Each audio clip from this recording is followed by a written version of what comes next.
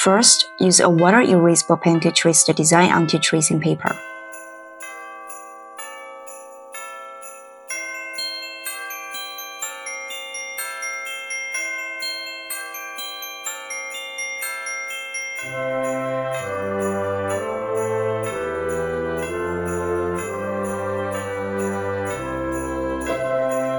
Next, place the tracing paper on top of the fabric and start transferring the design onto the fabric.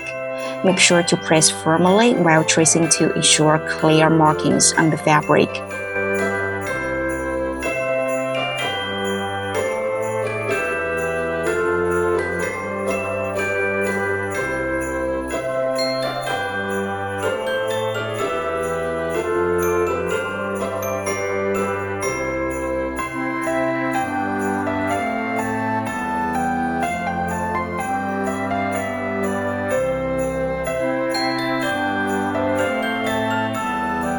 Let's start with the Christmas tree.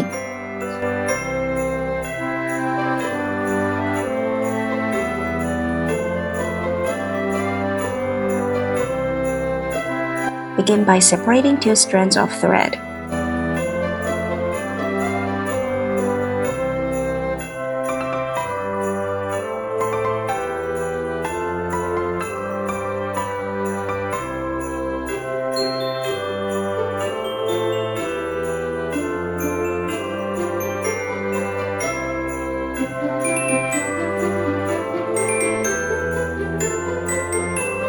The method I'm teaching now helps ensure there aren't too many knots on the back of the fabric.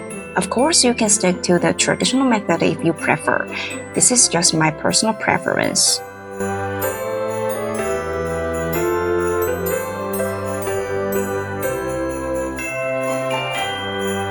Use scissors to trim the knot and then start stitching the Christmas tree using the chain stitch. Insert the needle back into the same hole. Leaving a small loop, pass the needle through this loop and pull the thread tight.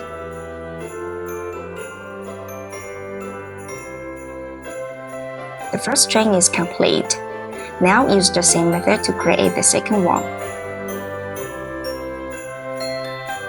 Make sure each chain is the same size to keep the chain stitch neat and tidy. I know it's challenging. I also took a long time to learn how to make my stitches neat and tidy.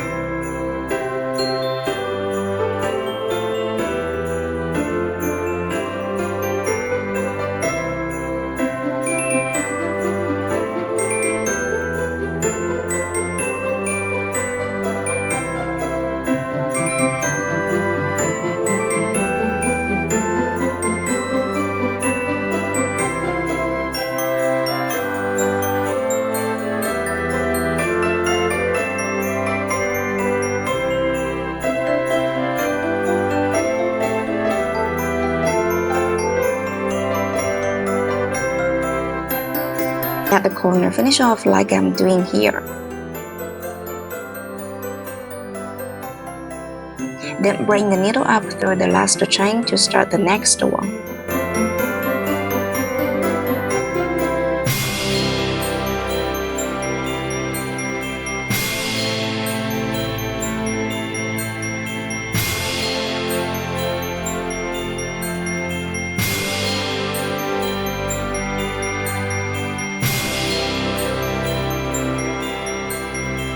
If your thread runs out, you can secure the last chain with a small short stitch, then add a few more short stitches nearby.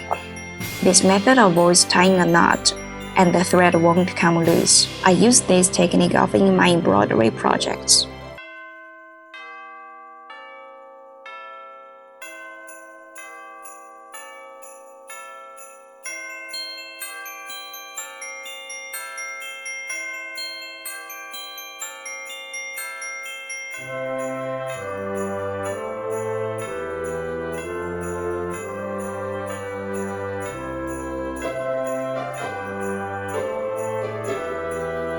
Now let's continue stitching from the last chain.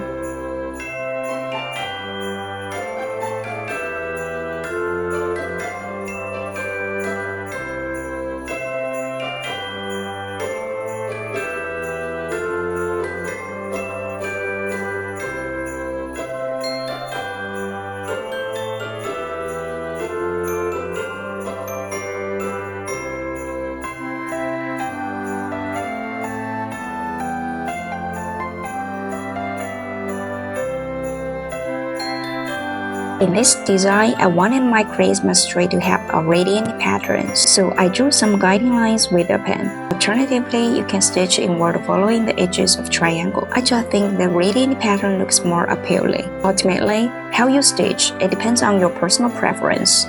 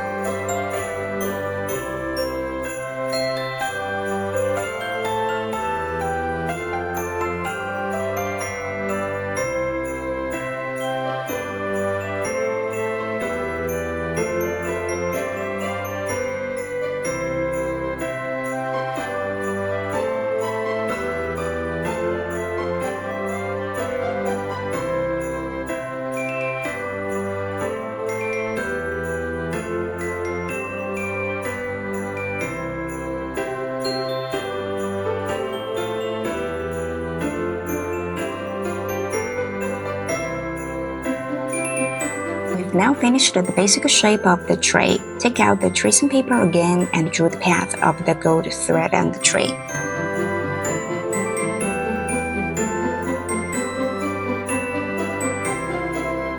We'll need two needles, one threaded with a strand of gold thread, and the other with a single strand extracted from a skein of gold thread.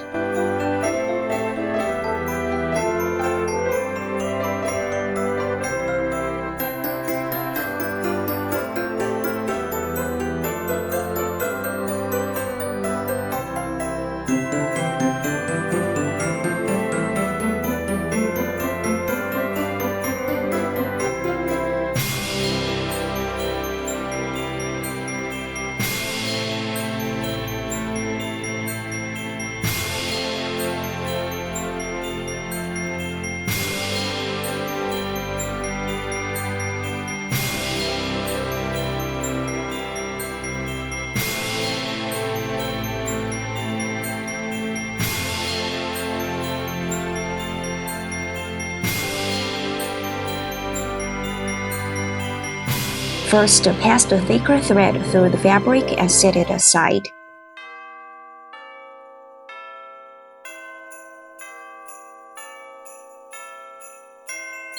Then bring the thinner thread through the fabric and use it to secure the thicker thread in place. The thicker thread only needs to be shaped along the traced path.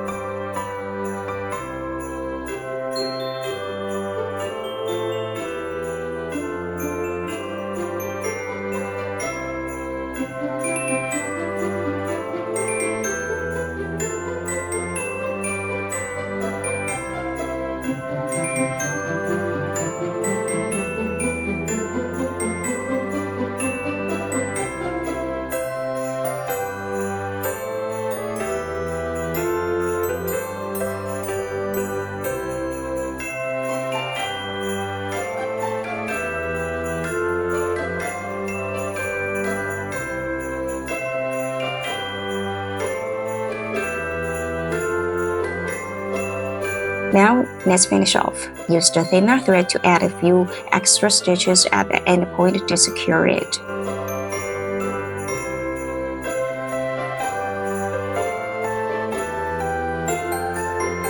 Finally, pass the thinner thread to the underside as well. Now, let's flip the hoop over to the back of the fabric and start finishing off.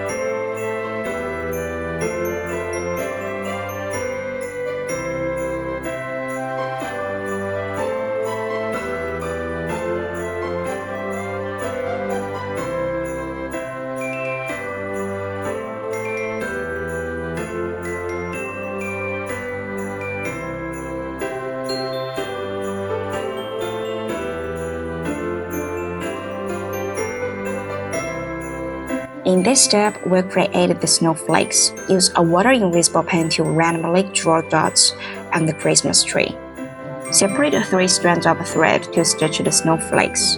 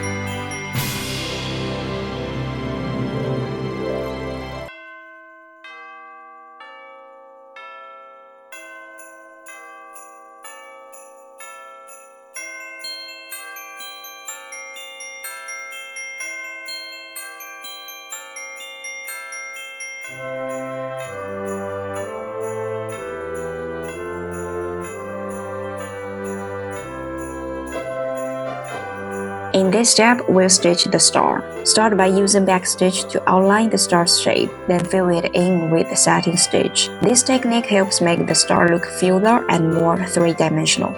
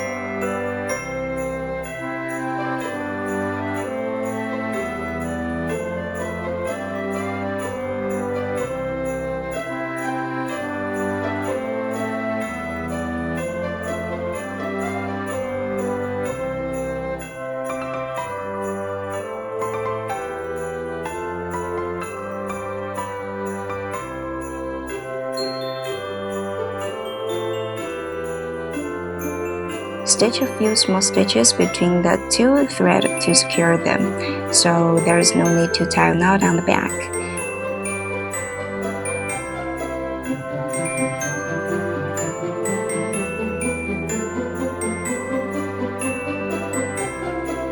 Then use the needle to gently smooth out the surface. Ta-da! We finished one tray. Follow the same method to complete the other 2 trays. Next, let's start stitching the Christmas hat. The main stitching method is the same as the Christmas trays, so I won't go into too much detail here.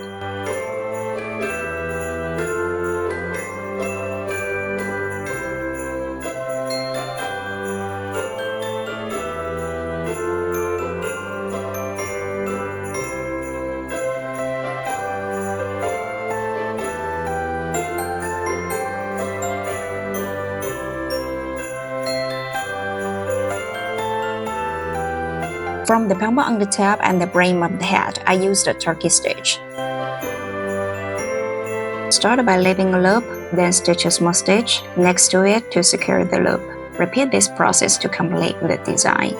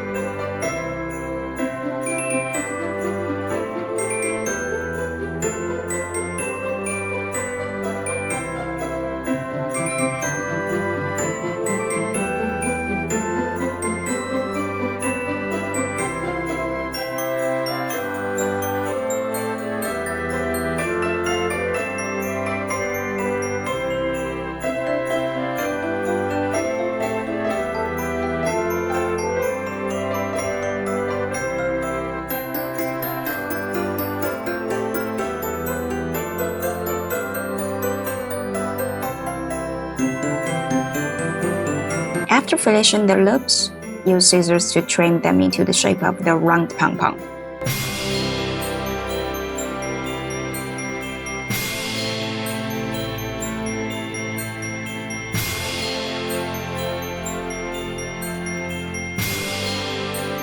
Use the same method to create the brim of the hat.